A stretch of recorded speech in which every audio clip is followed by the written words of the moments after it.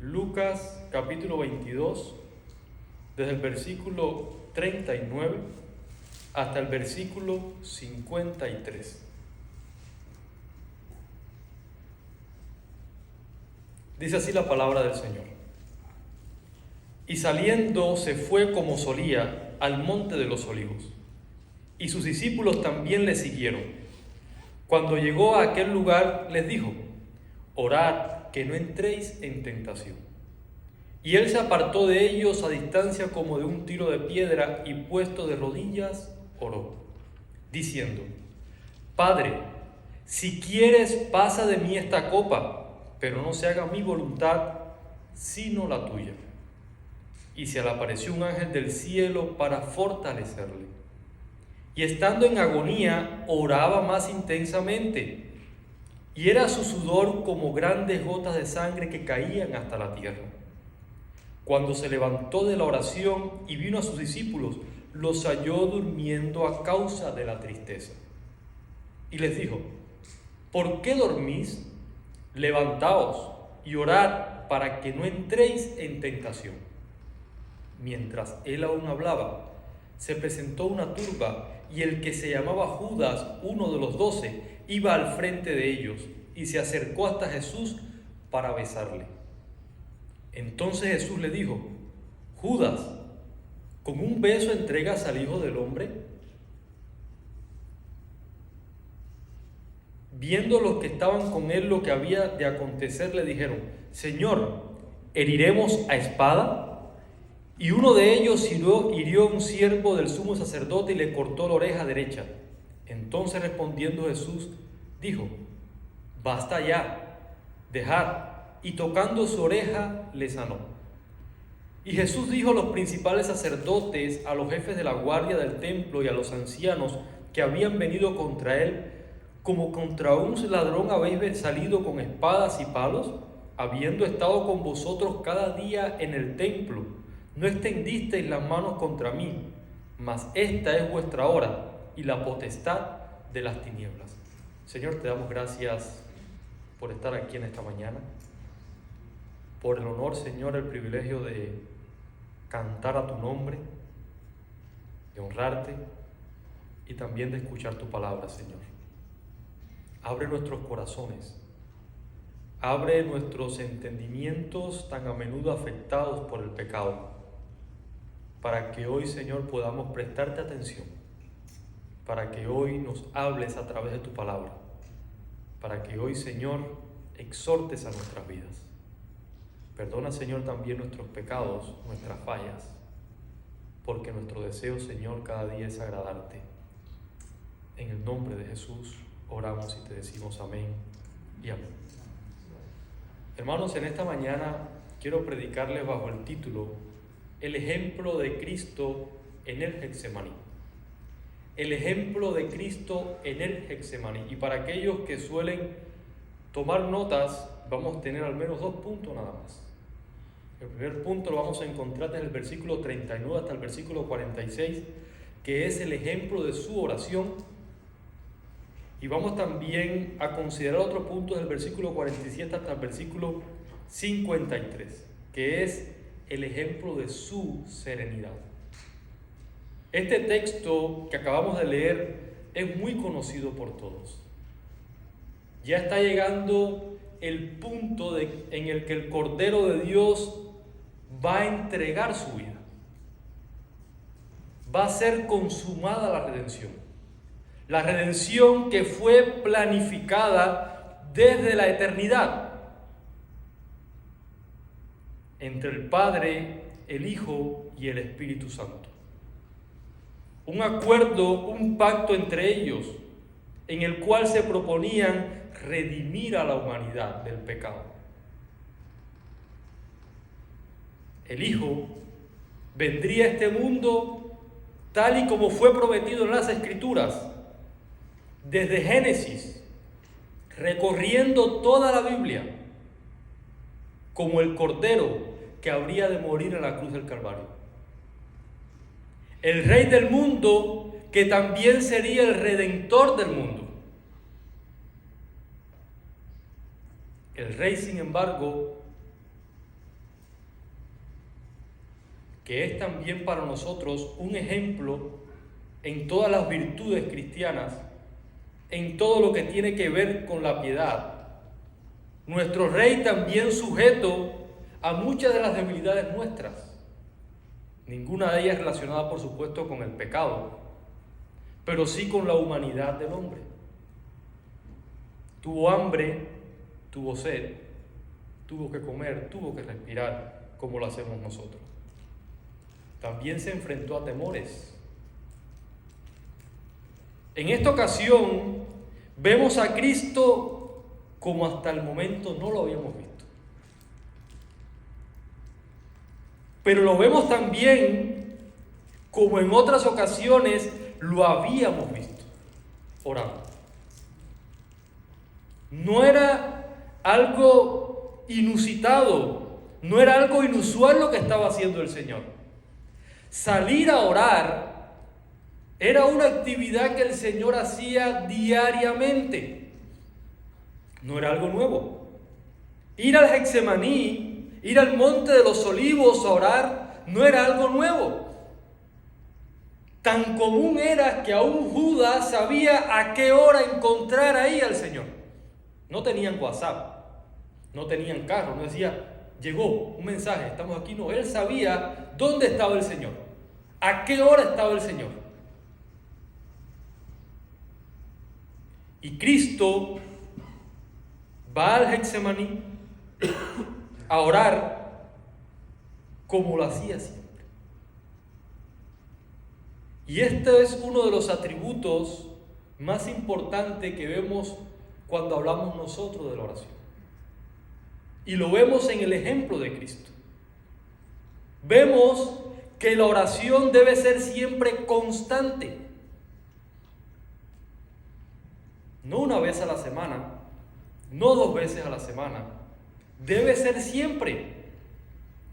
Cristo, como nos dice Lucas 11, el versículo 1 al 2, dice: aconteció que estaba Jesús orando en un lugar. Cuando terminó, uno de sus discípulos le dijo: Señor, enséñanos a orar.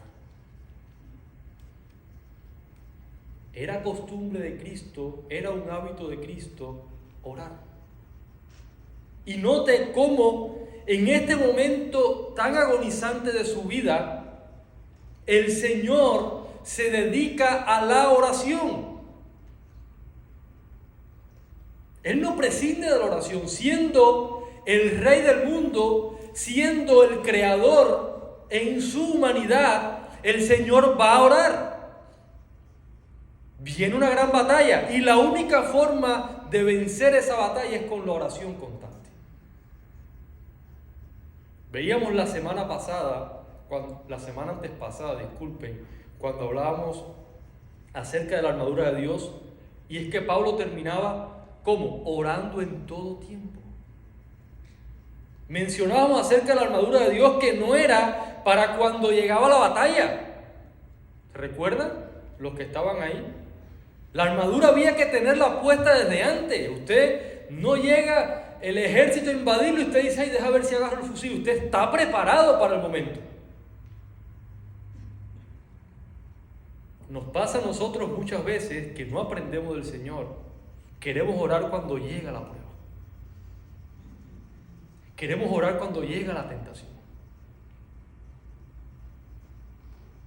Cuando deberíamos de orar siempre. Cuando nuestra oración, y pudiera ser un atributo más que pudiésemos poner nosotros ahí, debería de ser previsoria. La oración debería prepararnos para el día malo, como hablábamos en esa ocasión. La oración debería prepararnos para cuando llegue la prueba. Pero muchas veces nosotros no pensamos así.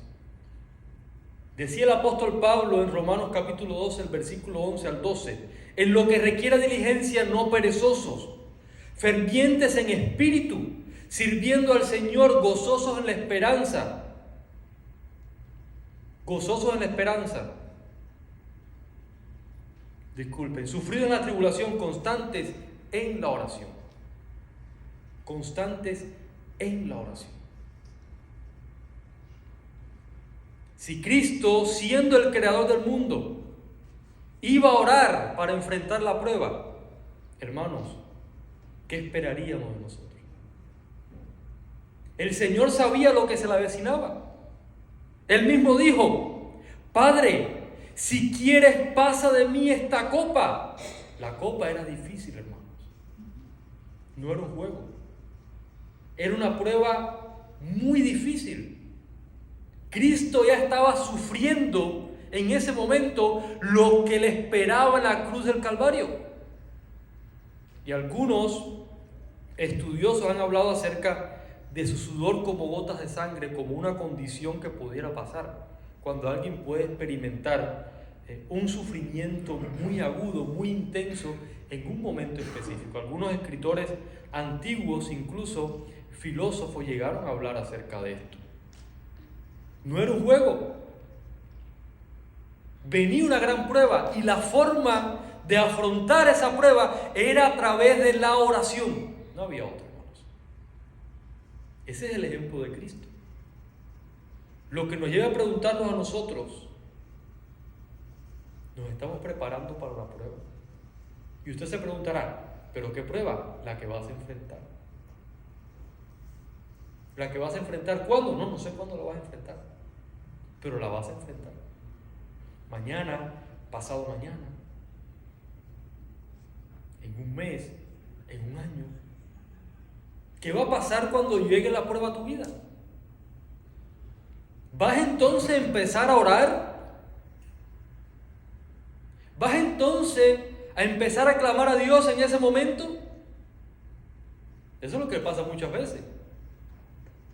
La persona que nunca ora, entonces se enteró que tenía un cáncer y quiere orar todos los días. Ay, Señor, quítame el cáncer. Y usted y fulano no está desanimado. Pobrecito. ¿Acaso eso era más grave que lo que estaba enfrentando el Señor aquí? Cristo tenía las horas contadas, Él lo sabía.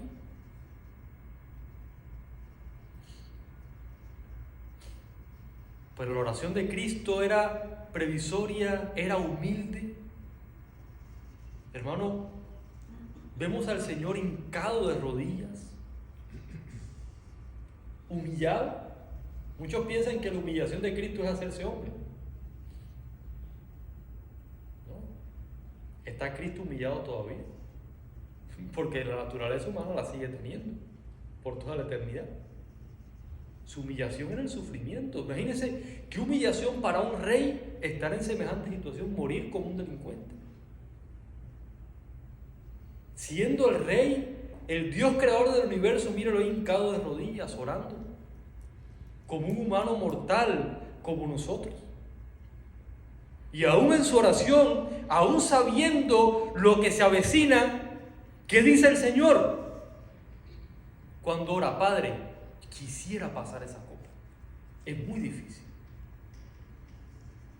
Pero que no se haga mi voluntad, sino la tuya. Qué ejemplo de oración. Que también es una exhortación, porque Cristo manda a sus discípulos a orar y nos manda a nosotros a orar. ¿Ha orado usted alguna vez así? ¿Cuándo fue la última vez que oramos así? ¿Cuándo fue que fuimos capaces de decir: Señor, que se haga tu voluntad por encima de lo demás? Pero no lo que nosotros pensamos que es la voluntad de Dios, sino lo que dice la Biblia que es la voluntad de Dios, porque hay personas que están confundidas. La voluntad de Dios no es fácil siempre. La voluntad de Dios es difícil. La voluntad de Dios no es solo cuando usted le sale un buen trabajo, es también cuando lo botan del trabajo. La voluntad de Dios no es solo cuando ha crecido su cuenta bancaria, es cuando pierde el dinero, se lo roban de la cuenta bancaria. Eso es voluntad de Dios. Todo lo que pasa en este mundo es voluntad de Dios. ¿Qué es lo que dijo Job? Jehová dio, Jehová quitó. Sea el nombre de Jehová bendito. Esa es la voluntad de Dios. Pero nosotros pensamos que la voluntad de Dios incluye ¿qué? Todo lo bueno. ¿Y lo malo? ¿Acaso recibiremos de Dios el bien nada más? ¿No decía Job? ¿Y el mal? A muchos creyentes les cuesta aceptar eso. Por eso es que no saben orar. Por eso es que hay personas que usted lo ve orando siempre y están tristes y están amargados porque no son capaces de soportar la voluntad de Dios. Porque cuando oran no dicen que se haga tu voluntad, Señor, dicen que se haga la mía. ¿Lo ha conocido? Alguien me hablaba en una ocasión, tiene una situación triste, su hijo enfermo. Me decía, estoy cansado de orar, he orado mucho. Estoy triste, situaciones que uno no entiende, pero ¿cómo puede orar y estar así? ¿Sabe por qué? Por no aceptar que la voluntad de Dios a veces es difícil para nuestra vida.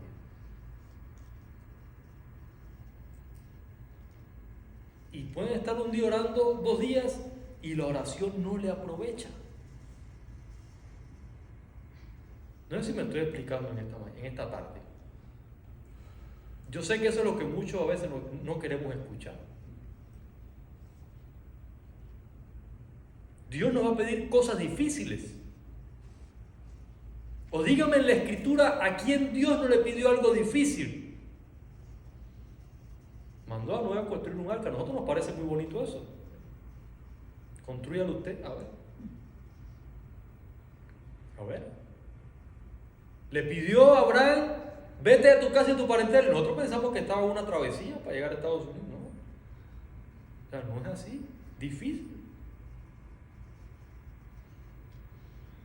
Israel sale de Egipto, vete para allá. Oye, pero ¿por qué no es fácil? No, no es fácil. Cruza el desierto, a ver. Crúzalo. Es fácil, hermano. Y tenemos que aprender a orar con humildad delante de Dios. Y a saber que la oración no va a cambiar la voluntad de Dios. ¿Usted sabía eso? Si usted está orando para que Dios cambie su voluntad, no va a cambiar. Va a pasar lo que Dios determinó que va a pasar. Como dijo el profeta Isaías, o el Señor a través del profeta Isaías, mi consejo permanecerá y haré todo lo que yo quiero. Esa es la voluntad de Dios. No va a cambiar. Dios va a hacer lo que Él se ha propuesto hacer. Y si no somos humildes para aceptar eso, vamos a orar mal. Vamos a orar mal. No vamos a poder enfrentar la prueba. No vamos a pasar la prueba. Que usted ore, que yo ore para que Dios me dé salud, no quiere decir que Dios me la vaya a dar. Vivimos en un mundo caído. Y tenemos que enfrentarnos a cosas que muchas veces no nos gustan. Pero miren la actitud de Cristo. ¿Cómo está Cristo delante del Padre? Padre, tu voluntad sobre todas las cosas. Hoy en día hemos llegado a un punto que las personas quieren darle hasta órdenes a Dios, hermano. Eso es una ofensa. Yo declaro que Dios... No declaro nada, eso es arrogancia, eso es de todo. Menos fe auténtica, eso es cualquier cosa. El nombre que usted le quiera poner. Miren cómo Cristo está delante de Dios. Personas que quieren darle órdenes a Dios.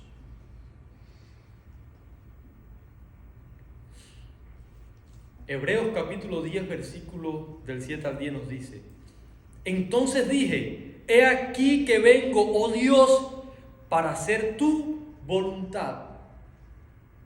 Como en el rollo del libro está escrito de mí, diciendo, sacrificio, ofrenda y holocaustos y expiaciones por el pecado no quisiste ni te agradaron, las cuales cosas se ofrecen según la ley. Y diciendo luego, he aquí vengo, oh Dios, para hacer tu voluntad. Quítalo primero para establecer esto último. ¿De quién está hablando ahí? De Cristo. El Cordero de Dios, ¿para qué es lo que viene? Para hacer la voluntad del Padre. Morir en la cruz del Calvario. Y no es fácil. No todo el que me dice Señor, Señor, entrará en el reino de los cielos, sino el que hace la voluntad de mi Padre que está en los cielos. Hasta que nosotros no entendamos esto, hasta que no lo creamos, hasta que no estemos convencidos, no vamos a orar como Cristo, ni vamos a tener consuelo en nuestras pruebas más grandes. No lo vamos a tener, hermano. No lo vamos a tener. Así que si usted se ha preguntado alguna vez por qué ora y se siente igual, analice sus convicciones antes de orar. Mire cómo está orando usted. Y aprendamos a orar como el Señor. Hay personas que oran constante. Conozco personas que oran constante. ¿Sí? Pero ¿de qué les sirve si no oran bien?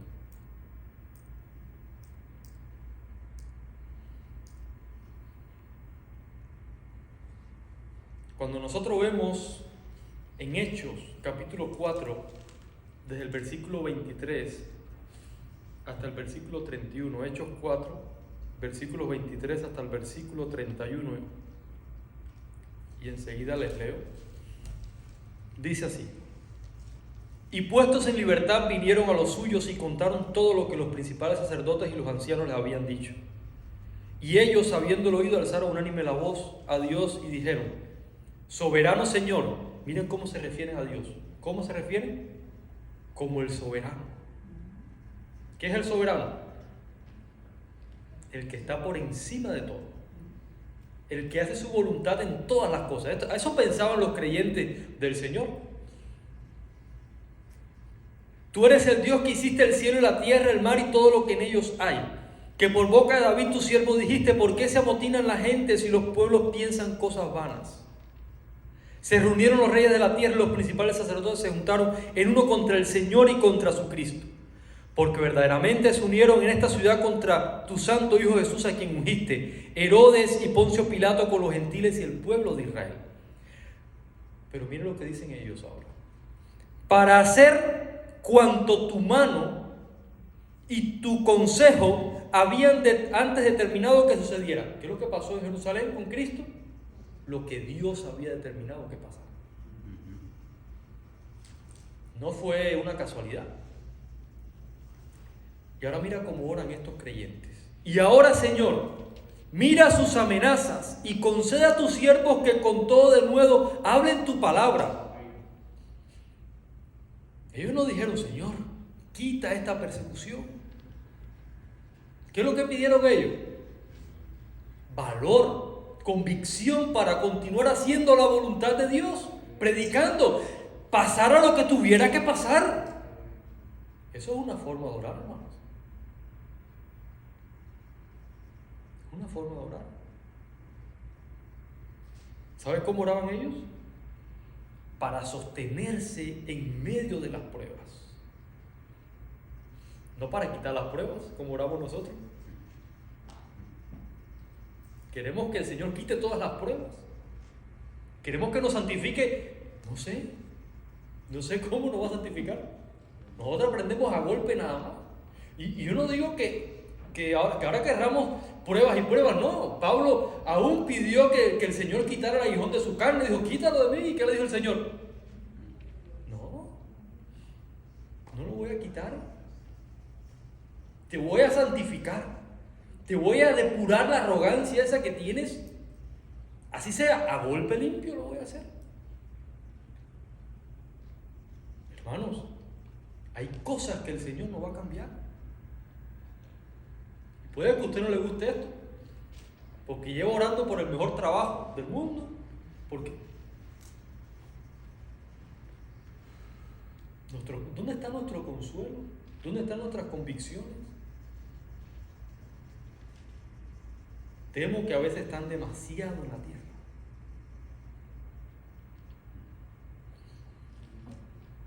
El Señor sabía que los apóstoles que Él había escogido, enfrentarían una gran prueba, así como la de ellos, así como la de Él. La diferencia entre Cristo y los apóstoles es que Cristo está orando como tiene que ser. ¿Y qué están haciendo los apóstoles? Uno pensaría, se están preparando. ¿Dónde estaban ellos? Durmiendo. Durmiendo. Un rato después, ¿dónde está Pedro? Corriendo. Y Cristo le está diciendo, oren que no entréis en tentación. Ahora, ¿qué es la tentación? Que no nieguen al Señor cuando llegue la prueba. Oren para que estén listos. ¿Y qué están haciendo ellos? Durmiendo.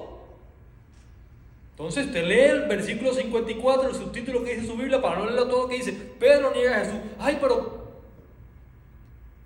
si no te preparas, no esperes que va a ser diferente. ¿O qué piensas que va a pasar? Como el que no estudia por un examen y 5 minutos de hora para que salga bien. ¿Y qué tú quieres? ¿Que va a funcionar así? No, no va a funcionar así. Vas a desaprobar. Vas a desaprobar. Y estoy seguro que nosotros tenemos miles de ejemplos que nos ha pasado esto. Una y otra vez desaprobamos la misma prueba. Tropezamos donde mismo. Y una y otra vez volvemos a hacer lo mismo. Cuando deberíamos seguir, hermanos, el ejemplo de Cristo. Prepárese para la prueba que va a venir. Para que esté listo para la hora de la tentación en su vida. No sé cuál va a ser. Se lo estoy advirtiendo, pero va a llegar. Pablo les advertía a las iglesias. Cuando llegaba la prueba les decía, ya los habíamos advertido antes de lo que iba a pasar. ¿Qué tú pensabas que iba a pasar en tu vida cuando te hicieras cristiano? ¿Que te iban a abrir las puertas del trabajo y te iban a decir, siéntate aquí, que tú eres un hijo de Dios? No, no te van a hacer eso. Las personas llegan con esa idea en la vida cristiana, porque es lo que a veces le dibujamos nosotros. Y la gente dice, ven al Señor para que tengas paz, ven para que tengas, sí, vas a tener paz. Pero recordemos que la paz de Dios no es como la paz que piensa el mundo, es diferente. Es diferente. Y la voluntad de Dios va a implicar sufrimiento en nuestras vidas, como decía el apóstol Pedro. Mejor es que padezcamos haciendo el bien. ¿Sí qué? Si la voluntad de Dios así lo quiere. Por hacer cosas buenas, te van a pasar cosas malas. Por hacer la voluntad de Dios, te van a pasar cosas malas. Cristo, por hacer la voluntad del Padre, fue a la cruz del Calvario. Y fue, ¿sabe cómo? Voluntariamente. ¿Qué va a pasar en nuestras vidas, hermanos? Cuando llegue la prueba, ahí nos veremos en el camino. Ahí nos veremos en el camino. De momento, mi deber es presentar lo que dice la Escritura. El segundo punto, y no voy a demorarme mucho porque espero que me vuelvan a invitar en otro momento, es el ejemplo de la serenidad de Cristo. ¿Cómo estaría usted en esa situación? Piense usted cuando enfrentó un momento de estrés, ¿cómo usted estaba? ¿Cómo estaba usted? No es que va a perder su vida. Ahora mire el Señor cómo está. Mientras él aún hablaba, se presentó una turba, y el que se llamaba Judas, uno de los 12, iba al frente de ellos y se acercó hasta Jesús para besarle. Mira. Entonces Jesús le dijo, Judas, con un beso entregas al Hijo del Hombre. Viendo los que estaban con él lo que había de acontecer, le dijeron, Señor, ¿qué dijeron? Heriremos. Estaban preparados. Eso. ¿Qué va a pasar aquí? Usted sabe ¿qué hay que hacer? ¿Qué hay que hacer? Que lo hacemos ya. Porque esto no puede pasar. Y uno de ellos, ¿qué pasó? Hirió a un siervo del sumo sacerdote y le cortó la oreja derecha. Yo cuando veo este texto digo, no tenía tanta puntería, fue que falló. Él apuntó a la cabeza. Nadie tiene tanta puntería para hacer eso. Falló. Noten la diferencia. Son los apóstoles, hermano. No vaya a pensar que estamos hablando del inconverso de esquina. Son los apóstoles. Pero miren la diferencia. Cristo estuvo orando quiere hacer la voluntad del Padre, y cuando ve a sus enemigos, a los que lo van a matar, miren cómo Cristo los trata. Y los otros que estaban durmiendo, ¿qué quieren hacer? Voy a arrancar cabeza, voy a dar golpe, voy a dar patada, voy a dar piñazo, por aquí no se llevan al Señor. Y usted dirá, que como lo querían. ¿Notan lo que le estoy diciendo? ¿Y acaso nosotros no somos así muchas veces? Sí, porque pensaremos que nosotros no somos iguales. Cada vez que a nosotros nos cueste aceptar la voluntad de Dios, mira hermano, vamos a estar como ellos, porque queremos evitar a toda costa. Yo no estoy diciendo con esto, no quiero con la idea, ay, que dijo que no hagan, no. Usted supérese, crezca, avance, el Señor solo lo manda a hacer. Pero por encima de todo eso, recuerde que en nuestra vida pasa lo que Dios ha determinado que va a pasar.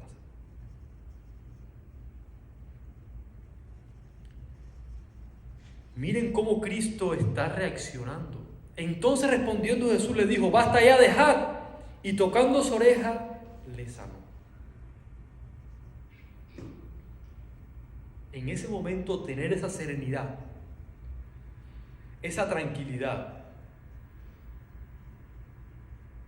realmente hermanos, es envidiable.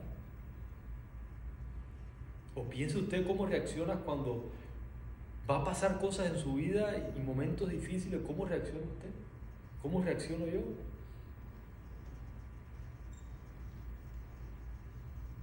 ¿Y cómo reaccionamos contra las personas? Porque a veces muchas de las cosas malas que pasan en nuestra vida nos pasan a través de personas.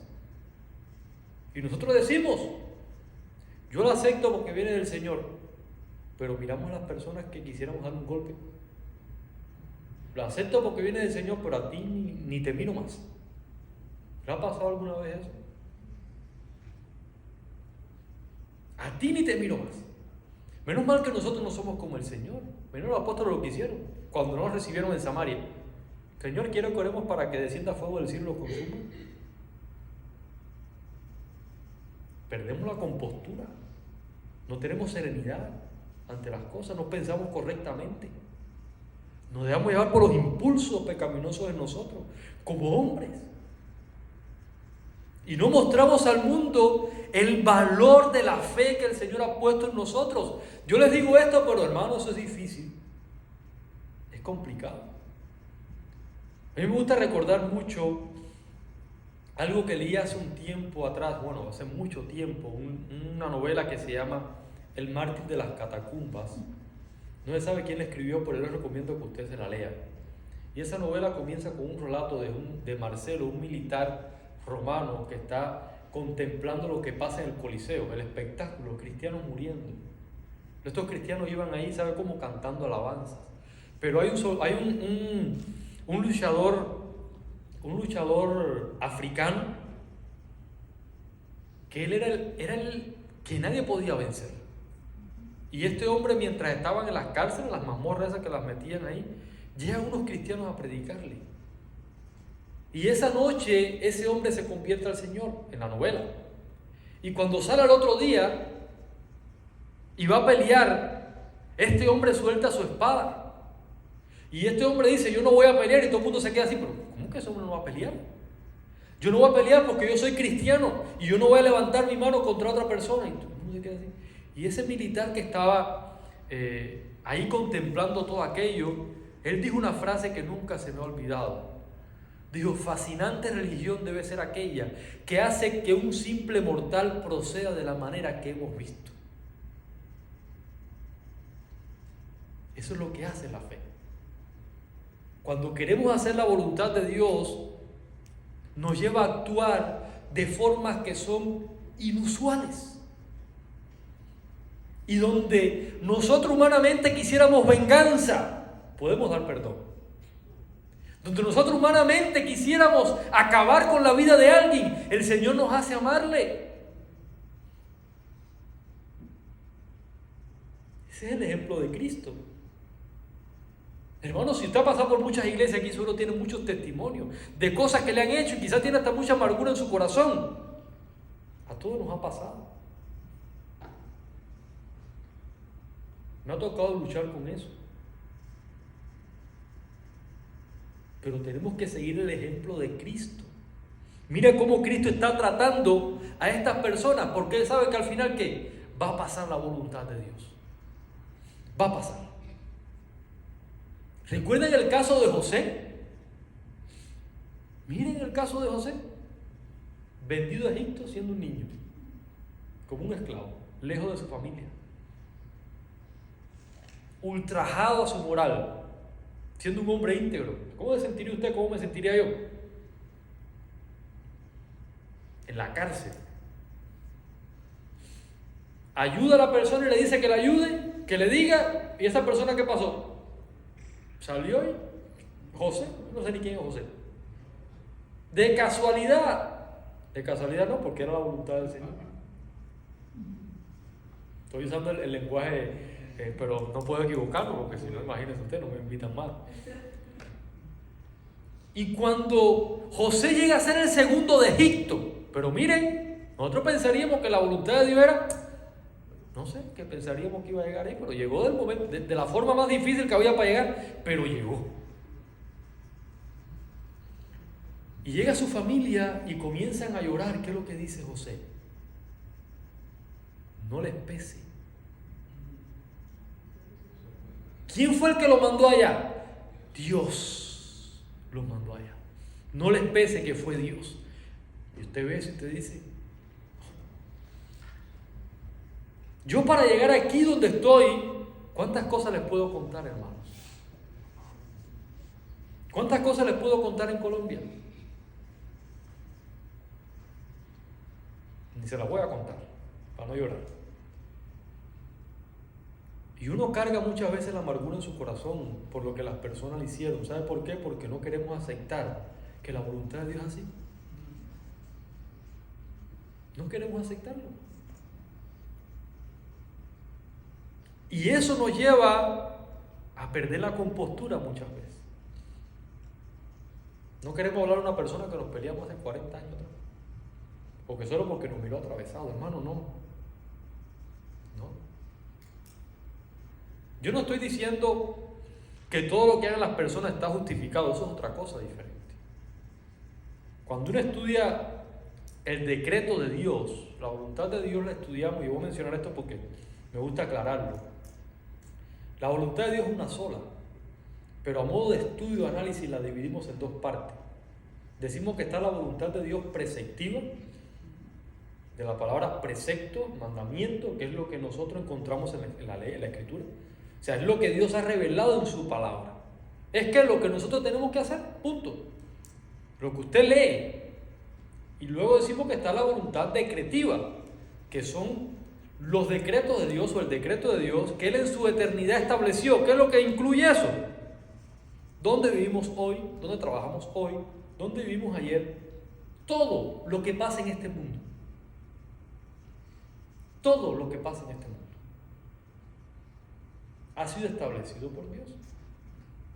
Nosotros no sabemos lo que va a pasar. Nosotros guiamos por lo que Dios nos ha revelado.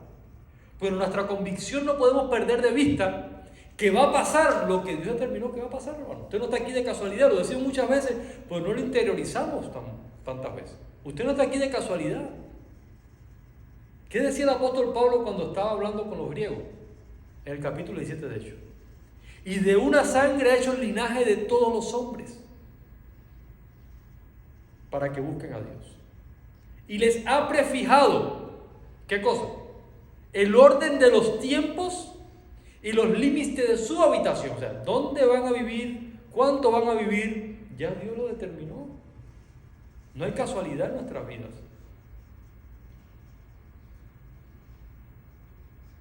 Y teniendo esto en mente, nos lleva a orar bien. Mientras muchas personas ven en estos conceptos de teología un tropiezo para no orar y no hacer nada, yo lo que veo es toda la razón para orar. Orar y orar. Y tener la seguridad de que nuestro Dios va a hacer lo que Él quiere hacer. Y que vamos a estar contentos y alegres con la salvación del Señor. Y que así como el Señor nos perdonó, nosotros vamos a poder perdonar a otros. Que como cristianos vamos a estar dispuestos a sufrir, a dejar el ego a un lado, por hacer que la voluntad de Dios.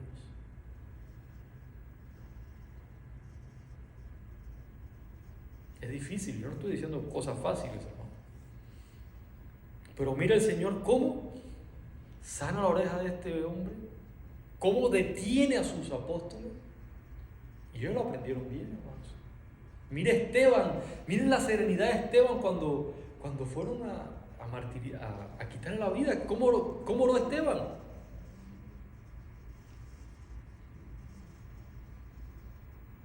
Viendo al Señor, qué convicción, hermano. Qué fe la de Esteban. Ahí hay consuelo. Consuelo, ¿saben quién? En el Señor. Tenemos un Dios que es más grande que todas las cosas, que nos ha prometido lo inimaginable. Usted piensa, yo pienso que sabemos algo de lo que nos aguarda en la eternidad. Sabemos algo de lo que Cristo nos ha preparado. No tenemos ni idea. Porque es más grande que todo lo que nosotros vemos en este mundo.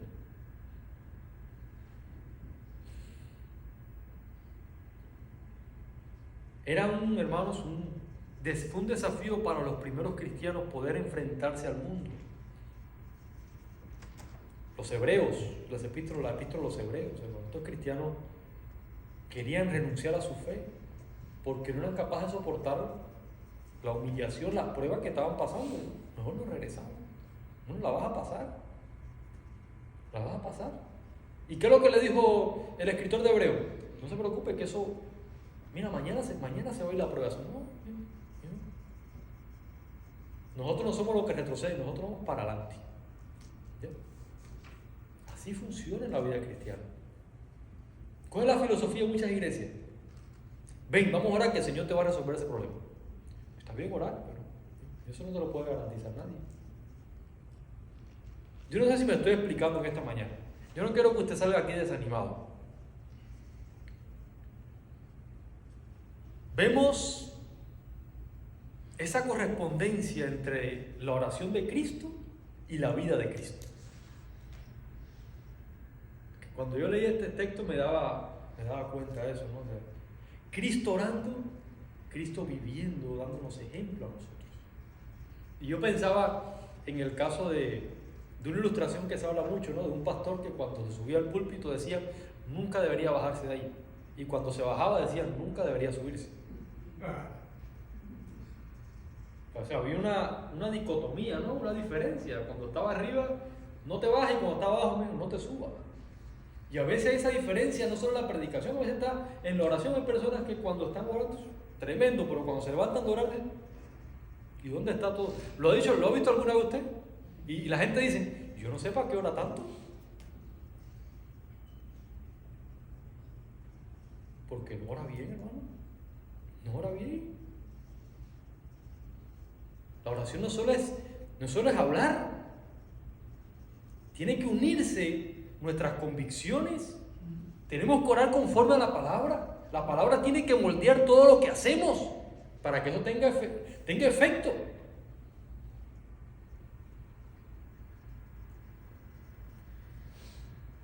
Hermanos, para no demorarles más, voy a ir dando un cierre sobre lo que les he mencionado.